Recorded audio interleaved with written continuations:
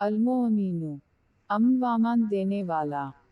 जो शख्स किसी खौफ के वक्त 630 मरतबा इस इस्म मुबारक को पढ़ लेगा, इंशाअल्लाह हर तरह के खौफ और जानी व माली नुकसान से महफूज रहेगा।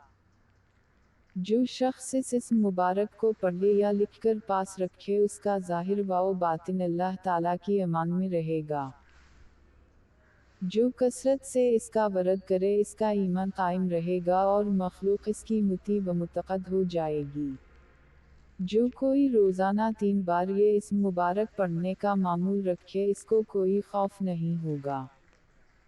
जो कोई 136 बार ये इस्म मुबारक पढ़े, ज़ालिमों के जुल्म और जुमला आफात से महफूज रहेगा। खौफज़दा आदमी अगर फ़र्ज़ के बाद 136 बार इस इस्म का वरद रखे तो इसके जान व माल महफूज रहेंगे।